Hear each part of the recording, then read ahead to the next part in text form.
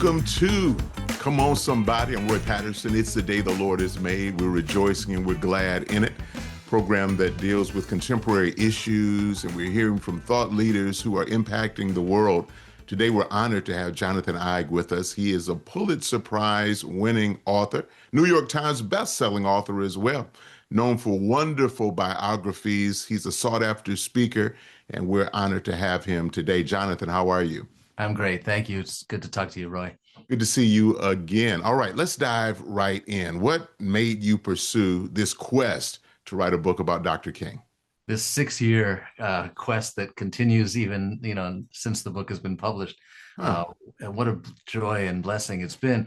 I was working on a book about Muhammad Ali more than a decade ago, and I found myself meeting people who knew Ali and who also knew Martin Luther King. And sometimes they would start telling me stories about Dr. King. So Dick Gregory and Andrew Young and Jesse Jackson and John Lewis, Harry Belafonte. And as I realized that these people were intimately Yeah. aware and familiar with Dr. King, I realized that I wasn't, that I only knew him as this public figure, as I Have a Dream, and the letter from Birmingham jail, Right. and Content Right. of Our Character, and what was he really like? So once I realized that there was an opportunity to talk to people who knew King, and then I realized we also perhaps needed a new biography, that we need a new biography every, at least every generation, to remind us of what King was really about. And one of the things that happened over time, and Harry Belafonte talked about this a lot, is that we watered down his message to embrace the parts that made us most comfortable. Mm. That we forgot how radical he was. We forgot how religious he was. We forgot that he suffered, that he failed sometimes, that he had doubts about himself. And that's the kind of character that I wanted to get to know. That was the King that I wanted to meet. So that's how I approached the book when I started out. Interesting. Now, did you have any surprises? What surprised you about Dr. King? Well, so many things. On the personal level, I was surprised at how much he suffered. Hmm. Often he doubted himself, that he wasn't really even looking to become the leader of a movement. He was looking to lead his church and to make an impact where he could. But when he was first called to see if he would even come to a meeting about the Montgomery bus boycott, his initial reaction was, "I don't know, I'm not sure," which is very human and kind of encouraging to those of us who are mere mortals. Right. But Right. he suffered depression, he suffered anxiety, he was hospitalized numerous times, he attempted suicide twice as a teenager. So those things really surprised me, just to get to see him at that more intimate level. And then I was also, of course, surprised at just how vicious the government's campaign against him really was. That I thought I knew how bad the FBI and even how bad the president and the attorney general treated him, but it was worse than I ever imagined. And it's a Mm. wonder that he survived it as long as he did, that he didn't quit. Hmm. It's interesting because most of the time we see the Kennedys as sort of saviors. They're coming to the rescue, but it sounds like there were some issues there. Yeah, we see the Kennedys as saviors, and we see President Lyndon Johnson as King's great partner in delivering, Right. monumental legislation, the Civil Rights Act and the Voting Rights Act. And in fact, those were complicated relationships. The Kennedys are the ones who authorized the wiretaps on King's home and office and on his associates. And LBJ, even while he was on the phone with King all the time, working on this important legislation that came out of really as a result of the Birmingham protests. At the same time, LBJ is writing letters to J. Edgar Hoover saying, "Let's leak the King sex tapes to the media." Wow. So King is being stabbed in the back with one hand, and the other hand is reaching out to shake his hand, and it's just very disturbing. When you think of his trials, the valleys he walked through, what do you think kept him going? I mean, this is really a colossal attack on his life. I think the answer is, mostly his faith in God and his belief in the teachings of Jesus. Certainly, his wife and his friends and his family supported him as well, and you can't underestimate the importance of those figures, especially Coretta Scott King. But the answer to almost every question to King, why did he double down on his radicalism? Why after getting the Voting Rights Act and the Civil Rights Act, did he start pursuing Northern segregation? Why did he go in and felt like he had to protest Vietnam War as his popularity plummeted? It all comes back to his faith. He said it would be hypocritical to take the easy path, to focus only on voting rights and desegregation when there were starving people around the world, when the Vietnamese were being killed by the American government. Aren't we all the children of God? You know, it was absolutely driven by his faith, and that's what made it essential. Really, he felt like he had no choice. Mm. You mentioned the Northern Campaign. He comes to Chicago, where I live at, and where you live. And it was not the huge success that most of us would have thought it would have been. What do you think happened?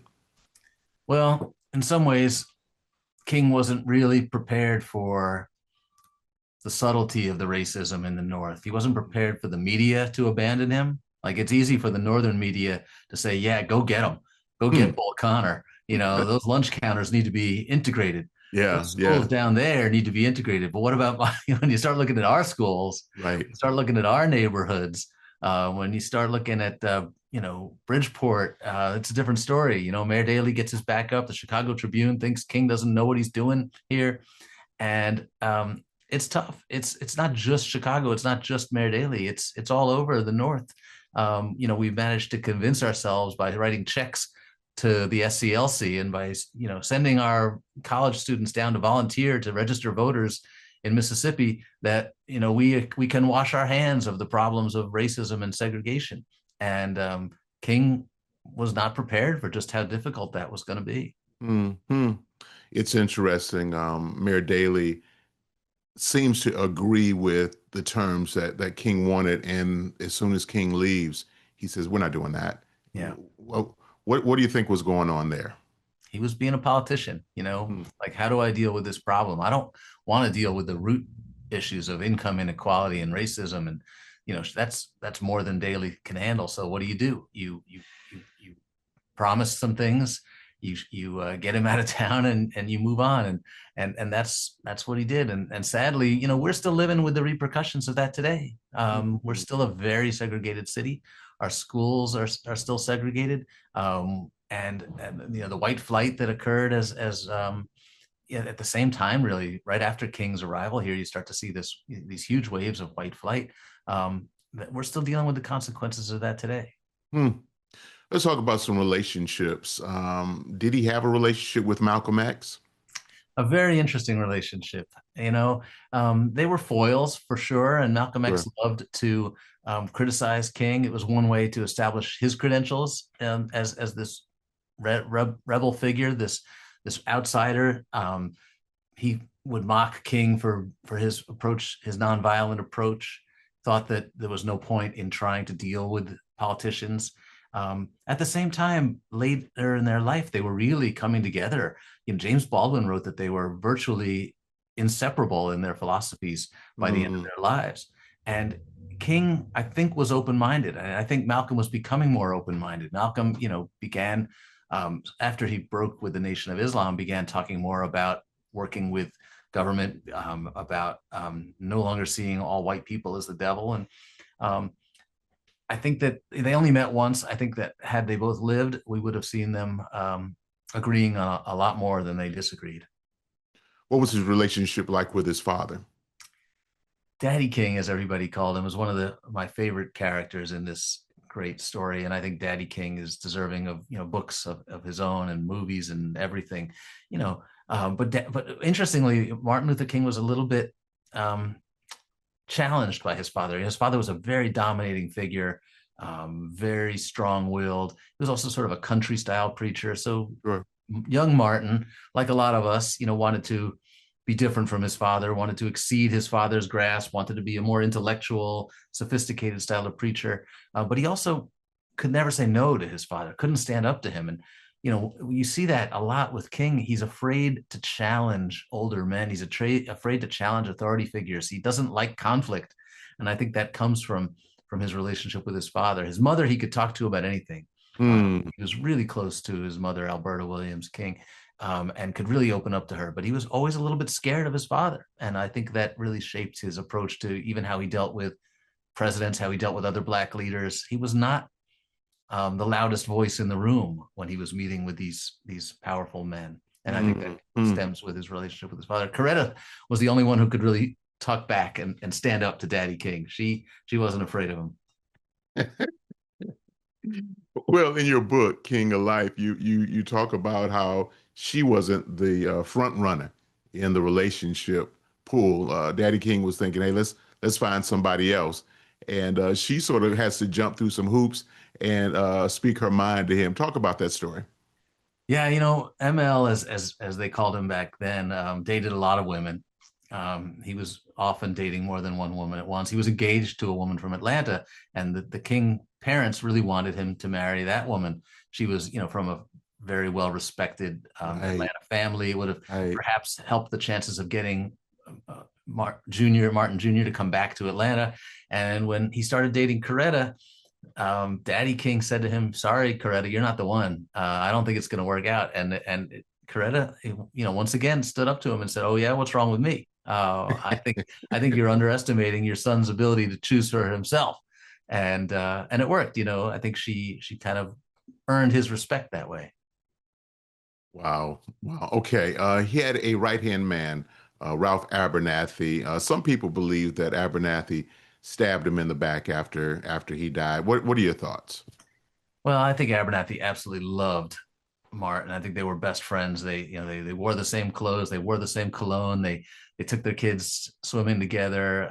I think they truly loved each other. And yet, what you're referring to is Abernathy's biography that he published Exactly. in the Exactly. 1970s. That was really the first book to describe King's extramarital affairs.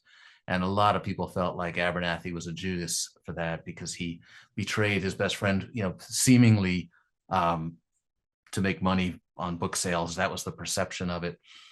If you read the book, it's a lovely, loving book. Mm, Yes, it includes some really difficult material, but it was all true. mm, Does that mean he should have left it out?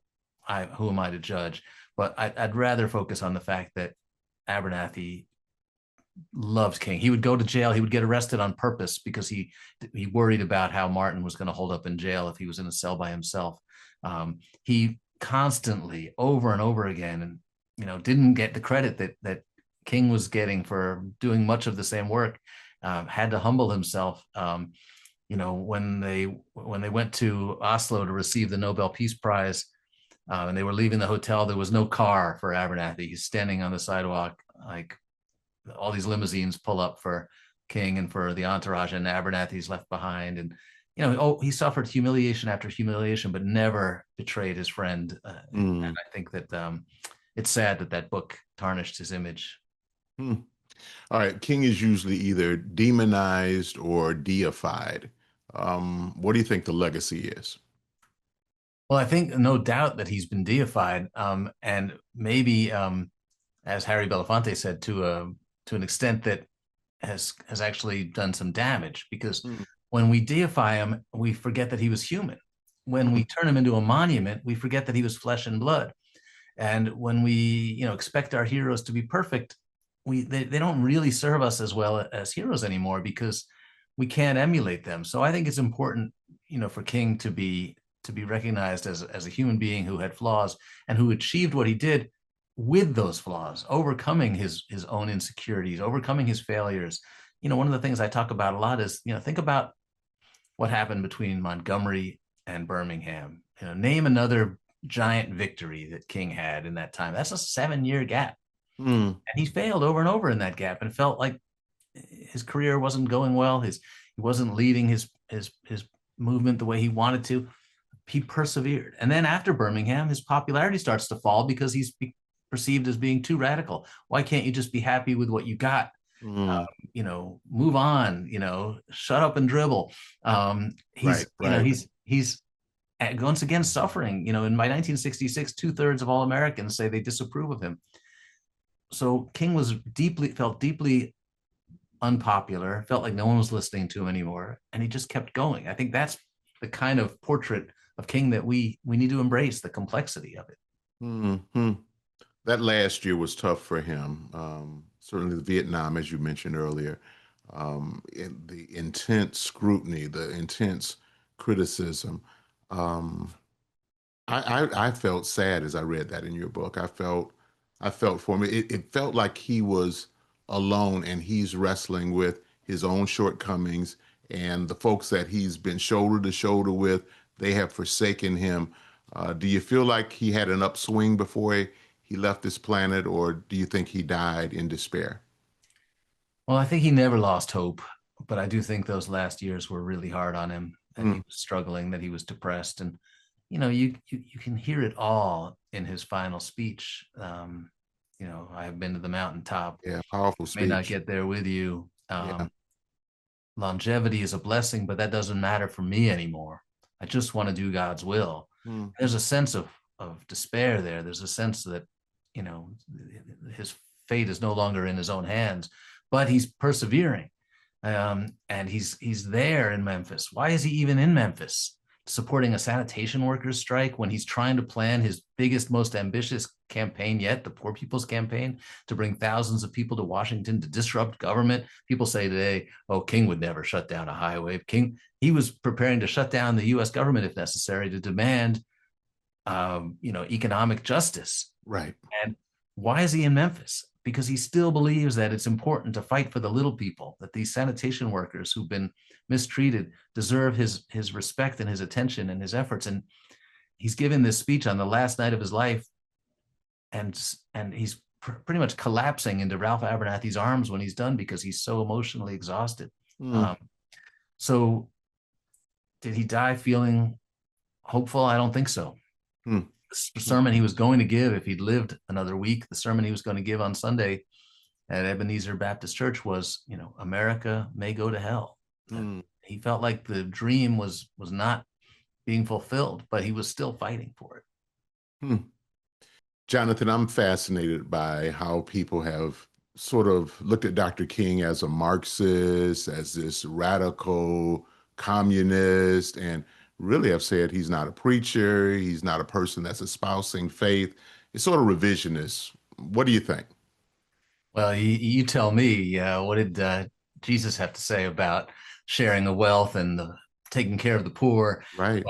But King was okay with Americans for the most part when he was talking about desegregating lunch counters and desegregating schools. But when he started talking about income, when he started talking about things that affected the pocketbook, people became really uncomfortable. And Mm, he even said, it didn't cost you anything to desegregate those lunch counters. It's going to cost to create equality. And it's not just about race anymore. It's about human rights, that everybody deserves to be fed. Everybody deserves to have a roof over their heads. And when he began planning the Poor People's Campaign to address these issues, that's when the American public really began to turn on him. And that's when people began to see him as a danger. And I think what we see now when people are exclaiming that King was a radical, that he was a socialist, I think a lot of it's rooted in racism, to be honest. They're looking for reasons to tear the man down. sure, sure. And I don't think anybody really believes that he was a threat to American society. He was fighting for equal rights. He was fighting for justice, and I think it just scared people when he was beginning to say things that might require some radical reforms. Mm, But mm. think about it. He was talking about guaranteed income. He's talking about guaranteed jobs, guaranteed health care. These are things we're still fighting for, and they're not so controversial in many ways anymore. They're really not. Okay, one quick follow-up question. When he would go to different places, he wasn't just going to say, "Hey, I just want you to like us. I just want you to hug us. Let's hold hands, sing Kumbaya. We are the world." He had some concrete demands when he would walk into towns and do the marches. Isn't that right? He was very specific in his policy requests. He believed that government had to be involved. So it wasn't just let's make some noise. It was let's make some noise so that we get this piece of legislation achieved. It's one thing to be a preacher, but he said his activism was rooted in his preaching, that his ministry required him to do this work, but he needed the help of the government. He needed the help of the people. He needed the white community to wake up and see these problems and to feel like they too had a responsibility to address them. So, we think of him becoming more radical and talking about Northern racism late in his life. That's not true. When he was raising money for the Montgomery bus boycott in 1956 and traveling to New York and Los Angeles and San Francisco and Chicago, he would say, I'm coming back because you got issues here that we need to talk about. Northern racism is just as bad. He was saying it all along. So he was very practical and very pragmatic, that he wasn't preaching just to be heard. He wanted to wake up people, but he also wanted them to feel like, atonement requires action. It's not just about recognizing your mistakes. Hey, are you working on any projects right now? I'm working on a new biography, a very different subject. George Soros, who, in many ways, talked about some of the same issues as King, and also suffered from the same fate of becoming more and more unpopular the more radical he became over the course of his life. He's 95 years old now, and he's been cooperating with the book. So I've been interviewing him, which is the first time for me that I've had a subject I could interview. So I'm enjoying it. Your book is so powerful. So much more we could talk about. If people want to get the book, how can they do it? They can find it almost anywhere. It's in stores, it's online. If you want signed copies, you can write to my local bookstore, Unabridged Bookstore in Chicago, and I'll stop by and personalize it for you. And I hope people, and it's available on audiobook and ebook as well. Sounds good. If people want to reach out to you, how can they do that? Go to my website, jonathanigue.com, and send me a message. I'd love to hear from you. Jonathan, it's been a joy having you with us today, and keep doing what you're doing. You've got an amazing gift. Thank you. You too. Hey, I'm Roy Patterson. Thanks for joining me on Come On Somebody. I want you to subscribe, click that button, okay? Make sure you like us and pray with us as we move forward in this journey. Until next time, you walk in grace and peace.